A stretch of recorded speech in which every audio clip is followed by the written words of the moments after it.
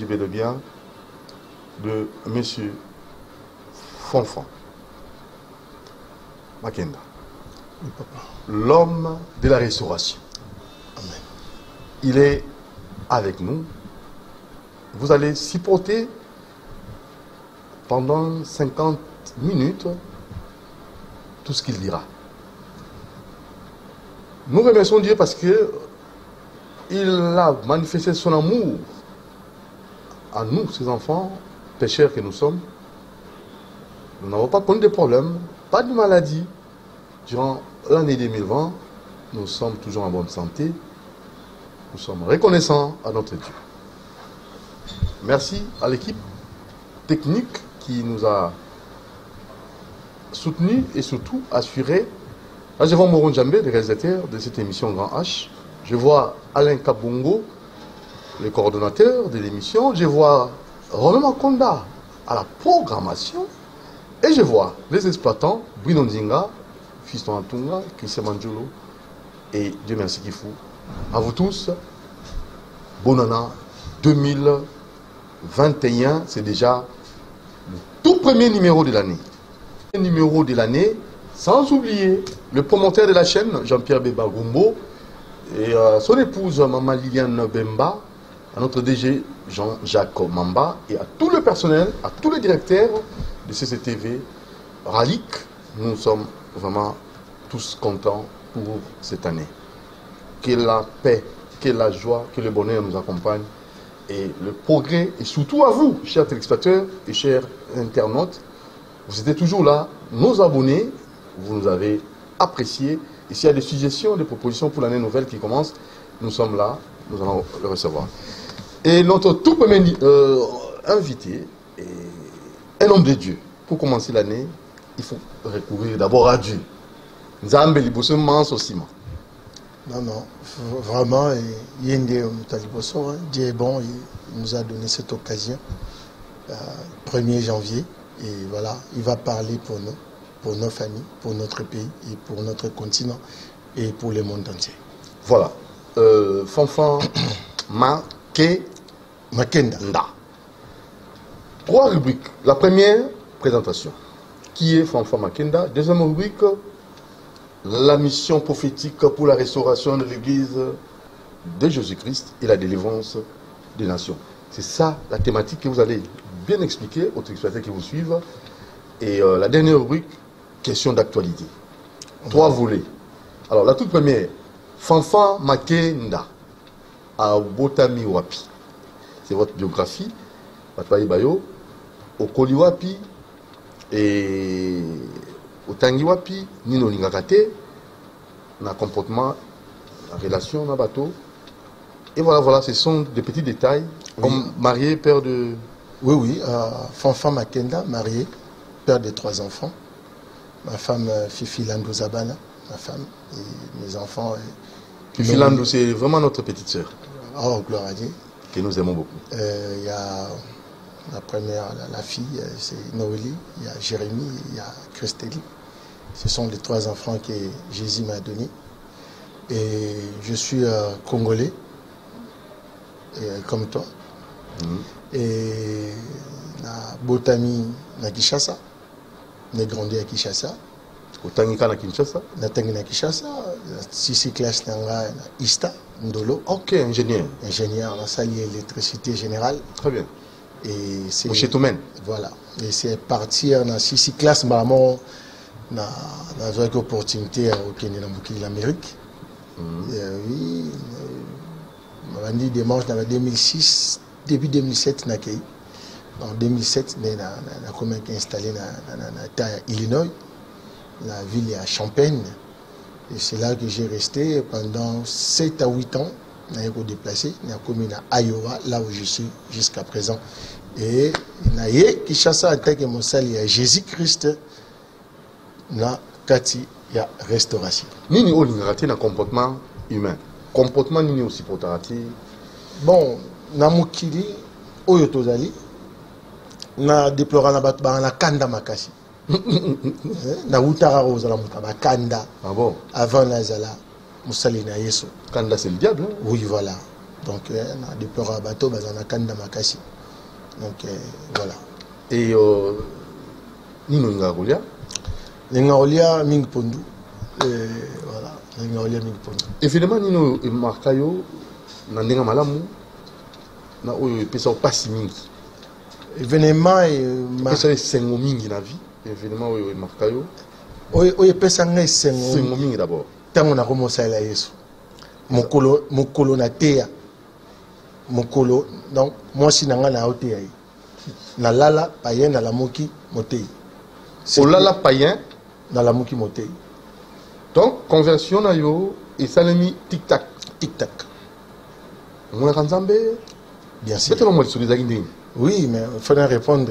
Il y a événement. Avant, il y a Mabé. Oui, madame, c'est oui, il y a Ngwana. Donc, Mokolo, na Teya. Donc, moi, je suis dans la Teya. Et j'ai qui est au Mososo. J'imagine encore. Donc, Mokolo, on est l'équipe Mokolo. Il belé à Vinanga pour dans le bagnon sauter parce que il y a choisi ça là nanga bola mon micronio ça. Mais ils a marquanga et il y a Mabé na viva yango te mais na monaka orgueil pas ya ba moindo africain surtout sur congolais ba mabanga et tout ça donc orgueil tant na mona ba bazana nango katanga mutema parce que Dieu résiste aux orgueils. Donc événement vraiment vous êtes maintenant na mona moto aza lolendo ezala lokola na mutema nanga ezozoka. Et préférence c'est loisir, sport, ou salanini. Bon, loisir, tout ce qui est des loisirs, je regarde, je n'ai pas les préférences, c'est les loisirs. Vous aimez la musique chrétienne? Vous aimez... J'aime la musique, mais la musique chrétienne n'existait pas. Oh, comment ça? Votre artiste préféré ou aimez l'ensemble? Non, ça n'existait pas aux Alandais. Voilà. Musique en une mise en ligne, peut-être vous avez une proposition. Non, musique est badon, musique est adon, oyo nzamba piscine d'artiste basa musa na bon. Moni. Donc artiste asa musa na mais il y a des artistes chrétiens. Or, ce artiste chrétien, on lui suppose azana quatre églises. Église il y a Jésus. Adosa musa na étant juste. Voilà. Ça est juste, étant juste. Donc, ayemba na quatre églises. Té, face à métier naé. Mais Yesu té, tu peux pas chanter Jésus dans l'album. Ça c'est l'idolâtrie. Il est la vérité. Au moins la mutumo a chanté bakangi na bamaramu boye, mais continue te bolimbisanga. Parce que ça musala ya bato bongo. Siko mutaza chanteur à chrétien, tu voyais bien le texte, il y avait valeur. Le texte, il y avait valeur. Quelqu'un intègre, quelqu'un qui a des témoignages. Tout le monde peut témoigner. Vie-moi juste à Zotambola. Mais quand il y a Yesu, Bobini, non. Yesu est bien. Ah, mais tout ça, tu vas vivre. Pendant beaucoup de temps, oui, bien sûr, c'est pour cela la mort règne encore. Il n'y a pas encore la vie. C'est pour cela la mort a régné. Et ça continue à régner. Tu vois, tout ça, il a eu sur la vérité. Or, il faut te respecter, mais ça l'a abattu. Ce musicien va vraiment y aller Yesu. Mais habité, il y a déjà jugement avant. Il y a le bac qui a jugé dans Souka. Il y a la moisson. C'est Jésus qui va venir faire les moissons. Donc, je crois que les musiciens ont besoin de talent là-bas. Il faut pas ça la musique, il faut apprécier la mélodie, le message à son bi, mais à la tête à Yesu. Ah, apprécier le message, la mélodie. Oui, parce que Jésus a le but de bêter la kibino flit bobinité. To yembeli bino musique ya mawa ba complainte bolélité. Donc musique ezaka mibale. Ya olela ya mawa na ya robina. Donc ogo suko tolo banini. Donc Franco na bango banani babandi batelboso. Na Franco na bawo. Donc bref basani. Basami sana bango. Parce que menuisier, maçon. Ouais, maçon. Footballeur. Aux chanteurs. Kobaki le côté Nassim. Ah, musicien chrétien. Ah, chanteur. Voilà. Aza chanteur. Bah chante. Tété, on a mambo Israël. Chante répété. Mais ça chante ndeni. Bah lobi ba lèvre na chrétien se faut lèvre na ekumisa Jésus. Lèvre na il faut kumisa. Donc tous ça ba cantique. Tozali naba fruit ya ba lèvre na biso nzamba repesa onzembo na loyembo boyembi on na kati assemblée c'est bon. Ozapene sengo koki koyemba yango.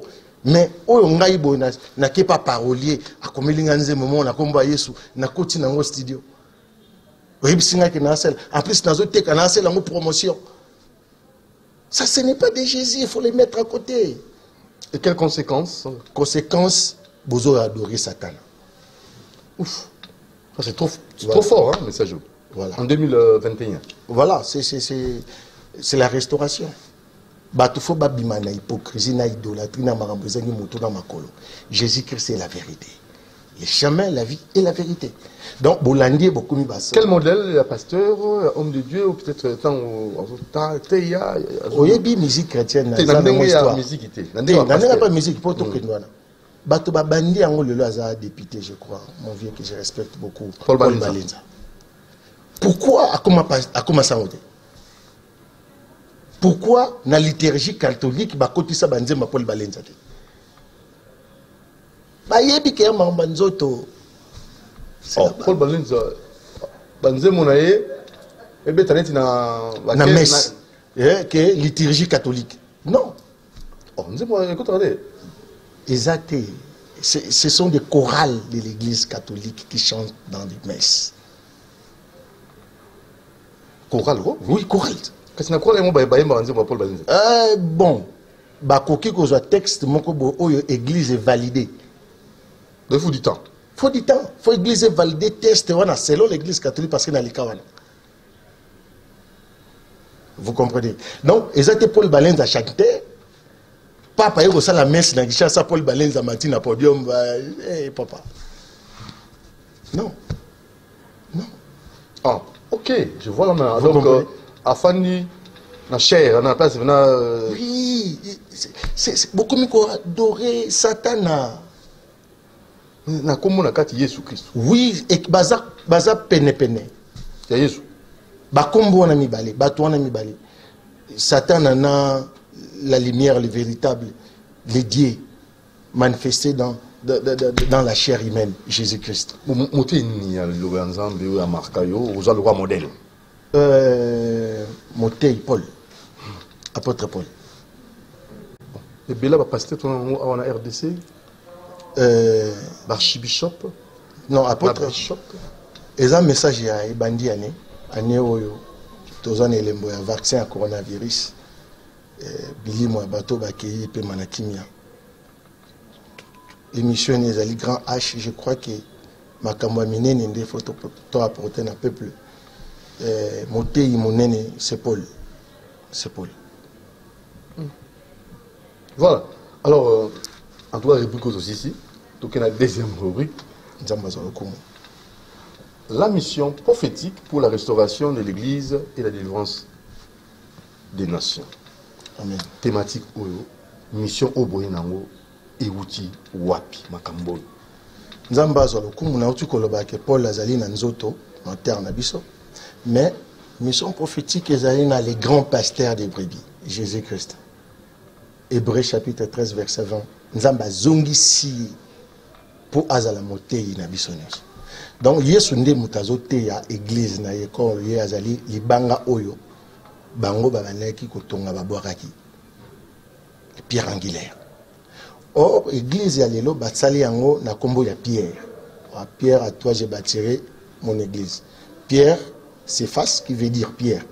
Or na mama otonga Yesu alobaki ke avant na édifice au moto atongite. Donc, pour Nzambe, oyo bato babwaka yango nde ya beaucoup plus de valeur. Donc, tant bango bazui maloba ya Yesu sans discernement, bazui pape ya liboso ya pese kombo Pierre.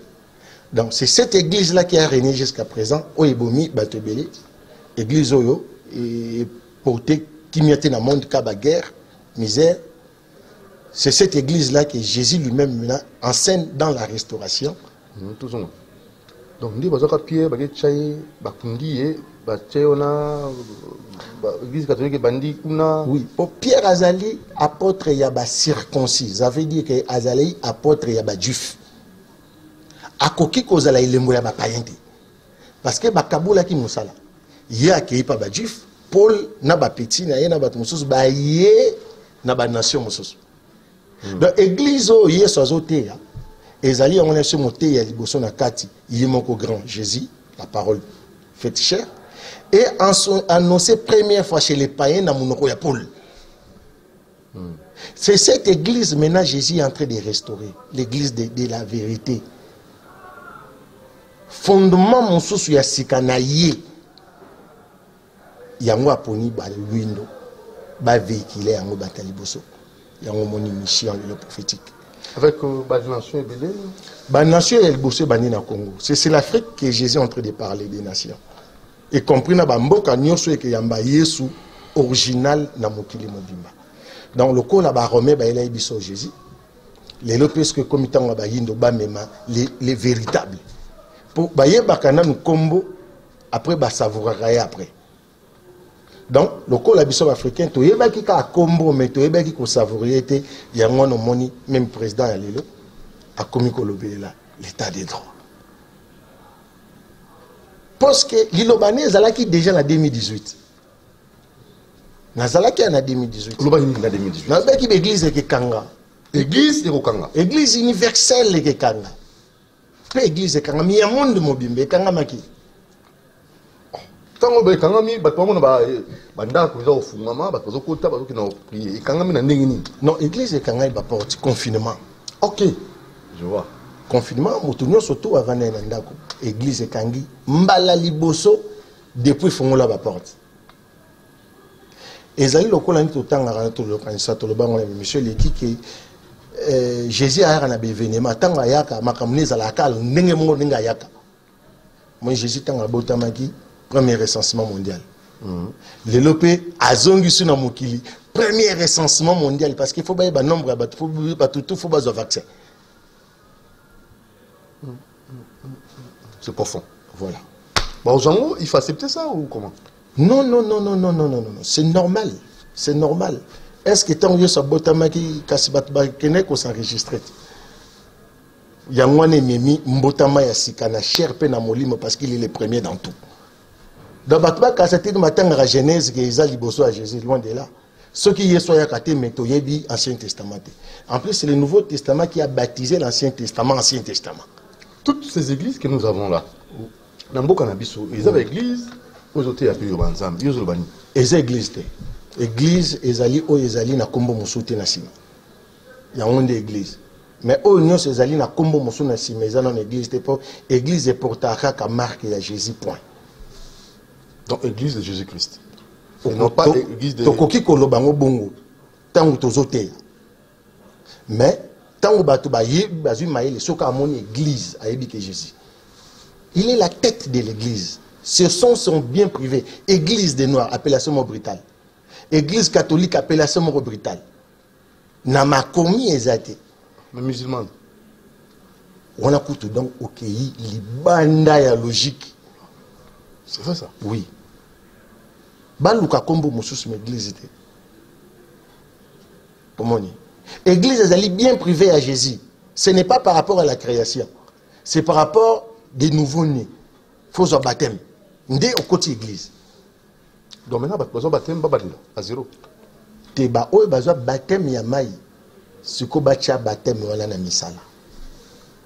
Restauration, yoko bananeni, à mettre en doute par rapport avec la parole, l'église sur place. Na mettre en doute te. Bangonde babosana ki le père angulaire. Et si quand il y a soit orté à sous Daniel te Moïse te. Batolan comme côté ya bangon na sagesse à Jésus donc ba donner changer. Donc contre l'Ancien Testament. Contre l'Ancien Testament pour chercher à enseigner Jésus là-bas parce que Ezabo soloté. Et la loi est à soloté. La loi était donnée à Moïse.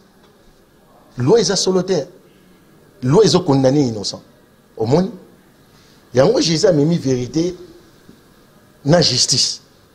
En fait, il condamné sur l'innocenté. Donc, l'Ancien Testament est la vérité. Batonio se bazala béni, bangonio se bakufa, bangombo la bangon des la misère, tilelo. Quelle bénédiction parle-t-il? N'a pas retourné Joseph. On dit que Joseph a zalaki. Après. Même bana batuna boumbo.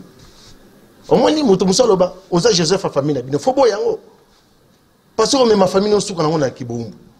Batu basuka akane libusa zolo. Atala musikate. C'est le Nouveau Testament. Voilà, le Nouveau Testament, ils ont balobi que vous vivez pour le paradis.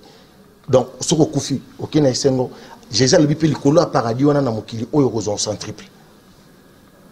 Donc, ezali le colo, mais au moins, Joseph a famille. Joseph a famille, les là déjà, parce qu'on met famille, on a qui boum. 2021, une année après, mission église, échec ou réussite. Question, la manière dont est-ce qu'on retourne dans le pays? La manière dont on a la question. Vous avez gagné 60 ans après l'indépendance. Oui. Église et récit, mission d'amour. Oui ou non?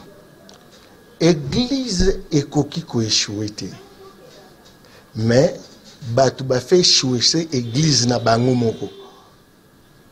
Donc, église est alliée à Jésus.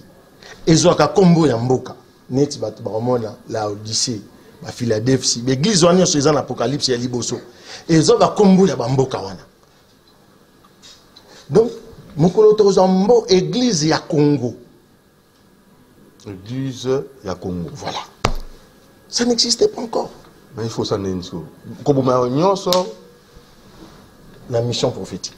L'église à Congo. Et quand c'est ça, la mission prophétique. Oui, quand c'est sensibiliser. Yes, ozotea.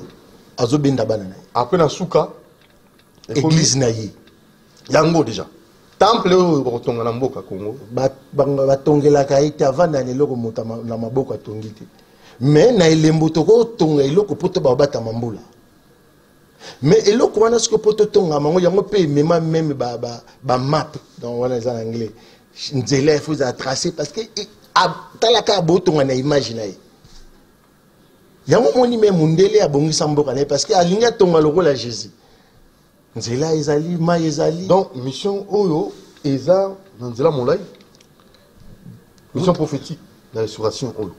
Ezali talakaka église ya liboso ezali na vérité te mais ebungisi synagogue comme sango ya coin et comme ça on a point indika. Maintenant Jésus est venu dans sa totalité. Jésus dans sa totalité. Donc c'est on a Jésus Christ nous a regardé africain na bikolekoya à cause de la restaurer. Parce que le premier né de la création est parmi nous. Mais le président déjà, hein, en fait, la commission Nzambe a fait Simbo Nzambe. Et ben narabongo pour vérité. Au président Saï. Et ben narabongo. Il fallait qu'il Paul aille à Rome, envoyé par Jésus, qui ne se comparaître pas à César. On l'a donné à César ce qui est à César. Mais justice à César, on te condamné à Jésus. Mais jugement ne salamara bien te. Yango Jésus a tindaki Paul na Rome pour qu'il ne se comparaître. Likolo il y a justice il y a César. Et tant Paul a commis wana balobi qui est plein ezate. Et que moi ba yamba ezate. Et commis transformé senga ki sikoli lo banzambe ete yama. Yango moni ba Rome ba yeki kozoma ile na sima nango après. Leader il y a mission prophétique ezana. Jésus. C'est bon yo ozana. Serviteur naï. L'église et la restauration. Restauration est un mouvement. Ezali mission prophétique. Bana na bango, baza en Afrique, baza na mboka bapaya, na mboka mi. Représentant. Oui. Nenge prophète ya nenge batu benga ka prophète mais c'est un apôtre de Jésus. Simon Kimbangu. Alobaki bana mboka barovuta libanda baroya na Bible. Ah vous croyez là Simon Kimbangu? Mais c'est un collègue de travail. Donc, au même na titre, on a Simon Kimbangu. Oui, pareil. Mais tout, oui, ça veut dire quoi? Mais Mon kitani c'est mieux. Pour y baisser Simon Kimbango. À comment qui pété? Vous avez mon kitani. Ceux qui à l'obaki ban voulu si ba oyana li loba nzambe botang la Bible ba il nani. Donc on a mis le plateau mon kitani. Il y a Simon Kimbango. Nzamba za lokumu soki eza bongo. Est-ce que y a des difficultés au Koutana?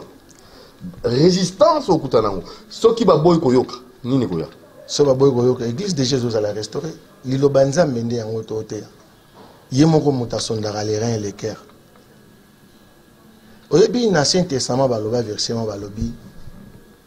Ils allaient qui prophète moko Élie, comme il n'a pas de souci. Ils ont assuré qu'il y avait encore 7000 Namboka là. On a nos bagumba qui m'a coloté pour la solo quoi. Mais Yesu tangaye atali batu. Bazoku misaye. Les pharisiens na ba scribe ba lobi non foi kanga batana bazo chama kele na Jérusalem. Jésus lobaki so na kangi bato yo na ola musama banga. Si génération au babo koyoka restauration pour le banzambe ya ola musama banga. Fanfan Makenda message yo ba pasteur mususu ba informer nango pour organiser ba séminaire au sala lolengi kani pour atteindre bato nyonso na uti ko loba tanga botama ki za kindemo kufa nepe bandima qui était ikola ba religieux. Apôtre Paul était combattu à cause de la vérité. Simon Kimbango était contre à cause de la vérité. Tout cela ça n'a pas arrêté que ba voulu zibaya. Bandima, la restauration est en marche. La restauration est en marche. Amen. Ça c'est trop profond, hein, parce que Mambo, et ça m'a été amoureux, m'a cassé, hein. M'a été à pété, oui. Bah, il y a des gens qui ont eu Kango, mais il y a des gens qui ont eu Maï. Mais il y a des gens qui ont eu Tokumi Sanzambe. Au lieu de Sambelara, Nzambe moro brutal, Nzambe moro bomabino meliki rara. Ba passer bazo vimba pas kufina yake na Jésus aye roye bisoke Lucas paradis et na opesa onyo son asima. Maintenant comment prier? Prier déjà. Bomona ba ba montagne na wate. Mangengenge comment makola bato. Na campus to lo bate. Ba sisi ba montagne nyonso Jésus libi kota na ndako kanga porte bo akina kuluka ni na montagne. Akina kuluka ni na montagne. Bozoto sa maloba, to bozoto sa te. Ba justification. Or, lorsque vous êtes encore dans les justifications, c'est que vous avez bien été. Malobanza mbezala raté pour boyoka, mais pour botiangonde na misala, erré à ceux qui les mettront à partir. Ceux qui t'ont checké malobaye sur la misala, mais hypocrisie. Malgré prolifération de l'église, aucun constat au salut il en a après, il n'y a pas de changement dans le chef Andimi, dans le Andimi, il ressemble là. Non. Peuple a abandonné de eux-mêmes.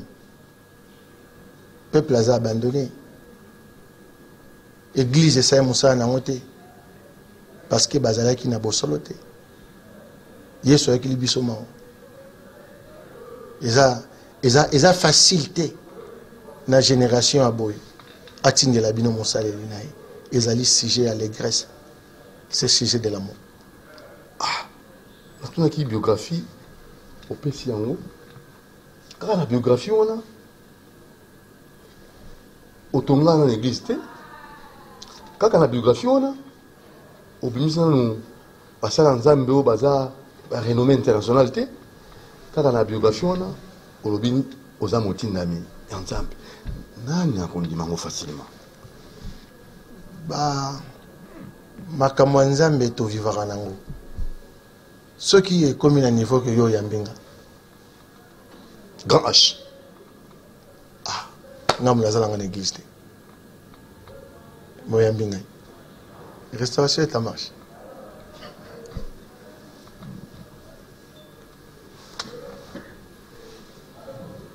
Dans ce qui m'a tango, Zamba zalokum.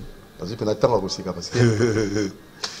Même souci n'angai, toki na rubrique oya misato, ikamoyambo kana biso parce que. L'union sacrée mise en place, tôt ou tard, dans les jours à venir, au gouverneur Gouya, moi ou le jour, on ne sait pas, mais seulement le gouvernement Gouya Kaka.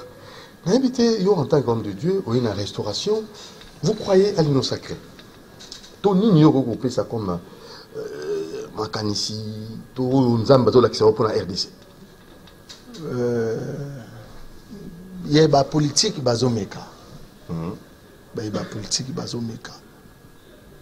Mais batika romeka bayana yesu. Ce n'est pas leur faute. Bisogno sotozo sibir kaka. Mais c'est l'heure de la vérité. Nazo souhaité na courage na bango na komeka na bango yesu a continuer ko guider bango moké baya na vérité pour baza l'éclairer. Et lo konyo soana ya sikezate to meka nyonso ba yo mbali boso réunion sacrée na Congo ngana yeba rona ba série à conférence nationale. Donc yesu nde bomoyi yesu nde mutape sa mayele. Donc quand vous parlez de Jésus-Christ, moi je me pose la question. Tous prions, nous avons l'habitude de prier plutôt. Tous nous prions. Nous prions. Ah, vraiment là. Il est la justice, mon bien-aimé. Jésus est la justice. L'amour, c'est lui. Donc, ceux qui boyent bien, Bobo Tami a mis balai. Ceux qui boyent bien, l'État a eu place, peuple a eu place. Maintenant, nous avons matin en Afrique. Il y a des versets cachés. Parce que nous avons la parabole à Jésus. Ça attendait encore la révélation. Donc, yo, aujourd'hui, grâce à la parabole à Jésus. Mais la perle est chère. Jésus a dit que ceux qui ont été carabilo, il faut que ça valut beaucoup. Mais bataille David, bataille Aaron, bataille Daniel, mais bataille n'a nous Yesu. Yesu n'a pas. Yesu, mon qui les a. Tu dis que comme moi Jésus-Christ c'est l'église en Zambie. Les noms qui ont décidé tous les noms. On doit prier qui Dieu ou Jésus-Christ. Jésus. On doit prier Jésus. Volonté en Zambie, les habitants qui n'est pas Jésus. Donc, ma passé bataille non l'Éternel, l'Éternel m'a dit, l'Éternel m'a fait, l'Éternel m'a tout cela bidon. Vous servez Satan. Parce que zagi comme vous zagi aka. Satan a ndem tatika na makamboka. Ye aza suranate. Nzamba se repentakata zonga asimate. Akendaka liboso. Oya loba ya ngonde tikali. Tant mino bozo ke ne koza d'exemple dans l'Ancien Testament. Nzamba ya Israël azate. Jésus sait nous que je suis dit le Dieu d'Israël. Non. Maintenant, Alubi Sambela, notre Père qui est dossier, que ton nom soit sanctifié. Alubi Sambela, modèle. Voilà. Alubi, notre Père qui est aussi. Il parle de lui-même. Parce qu'il a commis à se glorifier dans nos têtes. Parce que Christ est allé la totalité des dieux. C'est mystère caché de tous les temps. Connaître Christ, c'est connaître Dieu. C'est pour cela que quand on est sur l'humanité, on a dit Nzambe. On a dit un modèle na bango yebela Nzambe. Ndenge mo pe na Israël ba no lenga na bango ya magie oyo ba wuté na pas Moïse. Parce que c'est de magie. Oh, désobéissance n'est même pas. Tant ba si Moïse kende Moïse a zité. Albi kuna ba biloko ezalaka. Mais ba pratique na boye bana été. Bah, comment quitter avant Moïse qu'il y a eu un magicien qui a fait quelque chose? Jamais. Bah, signe magie, bandi pas Moïse. Tant que c'est le monde la sandale. Zone c'était boka et communioka. Kasi makambo bandit. Oh. Non.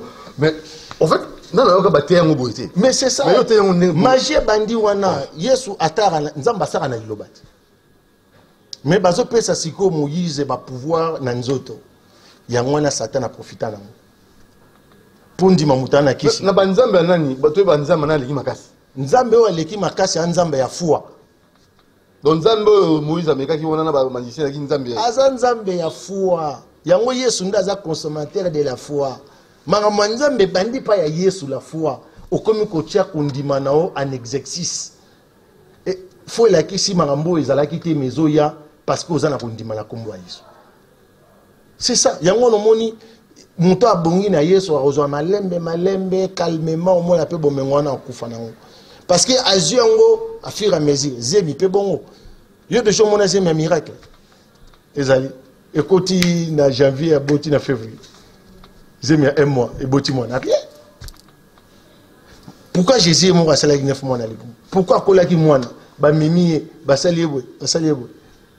Pour na akoki ko buka oya salakité. Donc, tant comme il y a la brutalité pour pousser Satan. Aux un messager et pas dans le miracle exalité, au ça miracle. Miracle ezali, mais miracle qui vit ezala paisible ezali. Parce que Jésus, c'est ça qui a été fait la biso. Bango bazana ko la sabino que monde te vivre dans vanité. Mais Jésus t'en a pris déjà promesse ya paradis, abomi monde déjà sous vanité. A commis si vie spéciale. To commis ko vivre pour na paradis. Na commis bomate, na rolinga moninga, na rosala boe. Vie comme équilibrée. Parce que na kufa liwa ya bien, parce que na kufa te na koi lola. Mais tant on le dit que vanité. Donc, aux assumes raison de vivre te. Kufa na oka lelo, or so kufi brutalement qui le fait. Donc, accent ezana baselima à Jésus, ça a été encore réservé. Na bato o ya yebaki otinda. Et c'est nous les Africains que Jésus a choisi. Donc, si je comprends bien, bah, pasteur, de façon générale, vous participez à malheur en beaucoup. L'ignorance porte que la mort. C'est ça. Il y a un peu de ça, il va couper belé le colo. Jésus, voilà. C'est toujours comme ça. Mais le col a déjà vérité. Tant on s'est révélé, c'est pour porter maintenant la vie. Donc la vie est opérationnelle en Jésus-Christ, non au nom des hommes. Donc l'église de Jésus n'existait pas encore. C'est pour cela que Christ nous l'a apporté à travers ses serviteurs. Oyotoye et Belé, la mission à Wanakatia Congo. 5 minutes nous séparent de la fin de cette émission Grand H. Un message peut-être. Vous avez un programme pour la restauration, pour procéder et un programme au besoin pour travailler bas. Nous avons une conférence, l'été il y a Liboso, il y a 2021, il y a restauration, puis maté il y a Liboso, il y a restauration en Afrique. Pour présenter dans Congo Brazzaville, na Kinshasa to qui présenter restauration dans Congo Brazzaville, mais le 10 janvier 2021 pour Bengsi Batnotel Meriba, Kinshasa Gombe, numéro 3 avenue Gemena. Baya c'est pour la première fois tozoté aïe sur l'Afrique. Atématé. Thème nango arbre de vie. Tu dis arbre de vie, c'est un jardin de dé. Thème nango yangwana. Ce que tozolien na mesisa. Toko kisana makas. Toko bukana bambuma. Toko banda yango midi. Si toko tenir compte il y a confinement. Bah, peut-être avoir précision. Il y a un numéro ou... Oui, il y a des numéros. Il y aura des numéros. Ils sont disponibles. Ça dépend de eux. Sur le commandement d'écran. Pour la moto, il y a les États-Unis, il y a France, ils sont à disposition. Comme ça, on a la moto aux États-Unis. Oui, on peut ça pour les États-Unis, ils ont plus 1 217 721 20 55. Ils ont un WhatsApp, hein? Oui. Plus 1 217 721 20 55. Il y a Paris Ezali, il y a Kinshasa Ezali, il y a Voilà, alors, Fanfan, Kenda, messager de l'Éternel. Non. Ah, messager de Jésus-Christ. L'Éternel, comme moi, Nekoufa. Ils ont son invité. Faut batuba mesala kulongola yango na lolemo na bango. Ya, on est miré à Satana. C'est combo l'équipe à combo l'Éternel est mon berger. Je ne manquerai de rien. Mais aux Ozangara. Ça va pas me là. L'Éternel est mon berger, je manquerai. Tu manques tout. Tu manques beaucoup. Beaucoup. Maintenant, à lieu place, il y a un autre bagage. Oh, mais on peut savoir bon. Jésus-Christ est le même hier, aujourd'hui et éternellement. Hébreux 13, 8. Donc, si nous prions Jésus-Christ, nous serons sauvés. L'Afrique aussi sera sauvée. L'Éternel, Torokufa. Pour Abik Sarabato, Basambela Raïté. Moïse, Akufa, Aaron, Kufa. Ba prophète. Bangonio, surtout Israël, Bangonio, surtout les rebelles dans la guerre. Moi, été. So bolandi comme voilà, Tobungi. Voilà. L'Éternel est mon berger, ce sont des biloko ya séduction. Ça porte pas la vie, ça ne mène pas l'amélioration, ça ne mène pas la noblicité des dieux parmi le peuple. Ce sont des combos qui oumelaki de génération à génération. Et ce que génération ici là, il y a un auteur Kolobana, Matthieu 1,17. Il y a eu 14 générations à chacun des générations pendant 3 générations. Si Christ a eu, ma génération ici, règne en Zambie côté à Jésus. Et voilà, alors déjà, dans la Toubalandio, année à 2021, oui. Aucune prophétie pour l'année 2021. Prophétie de Kokisani. Bandi, Bassimon de Mang, Naïki en 2018, restauration marche. Batunde Babon la mité, ma baya royo le Banzambe, Yangonde Big Samboka, point. Au salon différemment, dans la méthodologie, tout le monde a, je vois l'année, je vois ceci. Je prophétise l'année 2021, l'année des grâces, l'année. Mais qui trompe qui maintenant là? Celui qui trompe, celui qui parle mensonge au nom de l'Éternel. C'est celui-là qui est en train de mentir et détruire les peuples de Dieu. Mais Nasuke Ezali. Nasuke Ezali, mentalité, bomoko, bolingo, isanga, église et bandit, na kati d'Afrique.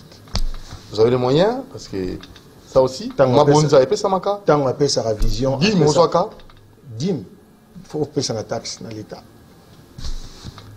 Moïse a dit Salami Baye. Avec Moussa Lanzam, il a dit chef à peuple. Dim, il y a des taxes. Et ces taxes, c'est à la mort. Non, il y a plusieurs taxes, comme il y a plusieurs bimes.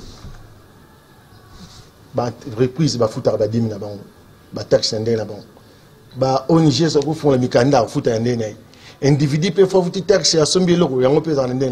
Si on a un billet avion, taxes en indé, et on peut pas dire mais ça rebelle parce qu'il y a des taxes, il y a différentes façons. L'État a un procès en bon, ça la là, il faut foutre la taxe. Nous, c'est pour l'enlèvement. Et l'État a un moins dans la carte. Les désœuvrés, tout va aux bateau ba démini parce que l'État a besoin taxe ça te diamant te qui pétrole pour sunga bateau ba la bonne santé surtout pour ça lèvement surtout bon salèvement église koki ko sunga l'État église ko sunga l'État mais à masolo il y a État na église ko le roi Mindele ba ko luka l'État va vivre tala boutonga mboka mobima moko apesa comme au Vatican. Ah, église, l'État sur une église.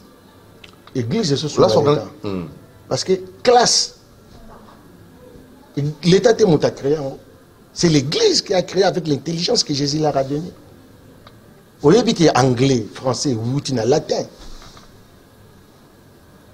La langue oyo et la qui pratiquent dans quatre églises. Bah livre liboso, nous c'est dans latin et formé la langue belé. École, c'est la civilisation romaine. Et cette civilisation romaine qui est restée dans l'église qui est à Vatican parce qu'il est Italie. Mais qui va oui, mais ça joue pas Jésus qui m'a enseigné. Jésus qui m'a enseigné le Nouveau Testament. Il y a des témoignages quelque part. Jésus qui m'a enseigné des mois et des mois. Nenga na vandi na boy. Saint-Esprit et comme ko futangi sanga makomi. Tala mamuna lobaka. Tala mamuna lobaka. Tala oba prophète ba lobaka. Ba sali anzambe lelo ba kanisa ke Paul na ba apôtre mosusu bazalaki na langage moko te ba na langage ka moko. Sauf que moko azali païen misusu baza ba juif bazolinga te le kuma ki juif na bango koya. Mais bazo funda pe ka Ancien Testament mais ça demande Gide Montalobi Enoch 7e après Adam a prophétisé déjà pour Israël que baza le la tombeau ouvert.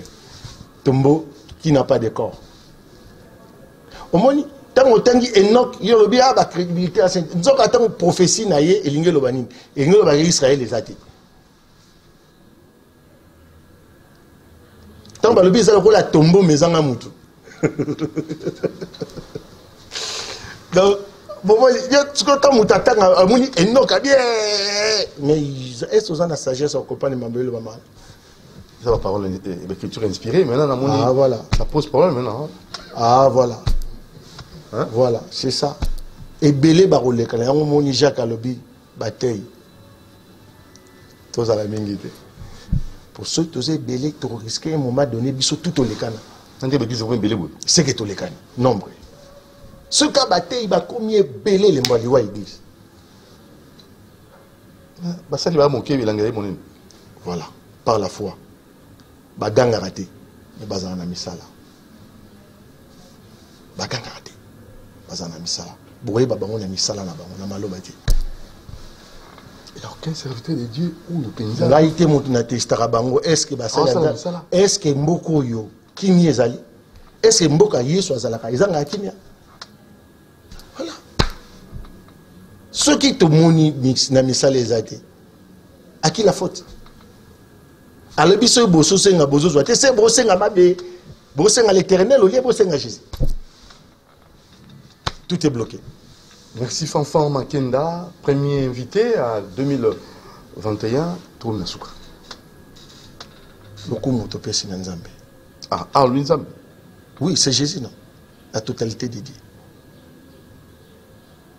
C'est par la volonté de Dieu qu'il était établi, les grands sacrificateurs. C'est la volonté de Dieu que nous suivons. Et comme Jésus est la volonté de Dieu, c'est lui qui est Dieu. Yo mona la Bible comme Dieu est le roi des rois. C'est Jésus qui est le roi des rois, le Seigneur des seigneurs. Au nom de Jésus-Christ. Tout genou fléchisse. C'est la fin. Amen. Voilà. Retrouvons-nous demain samedi à 9h10 pour la rediffusion. Abonnez-vous massivement sur la chaîne, sur YouTube. Plus 243 89 61 52 634. Plus 243 89 61 52 634. Si vous voulez avoir des précisions ou du mieux, vous allez inviter. Merci beaucoup. Ciao. De nous, vous aime beaucoup. Merci. Le messager de l'Éternel, Fanfan. Non. Le messager de Jésus-Christ. Naza sensible na le messager de Jésus-Christ, Fanfan Makenda. À la prochaine. Amen. Merci à Moron Zambier à la réalisation. Merci à Nkabongo à la coordination. Merci aux exploitants. Je crois que c'est Fiston Tunga, c'est bienvenu. Dieu merci Kifou, Bounonzinga, Kissia Manjolo et Ermac à la programmation. Ciao. Au prochain numéro.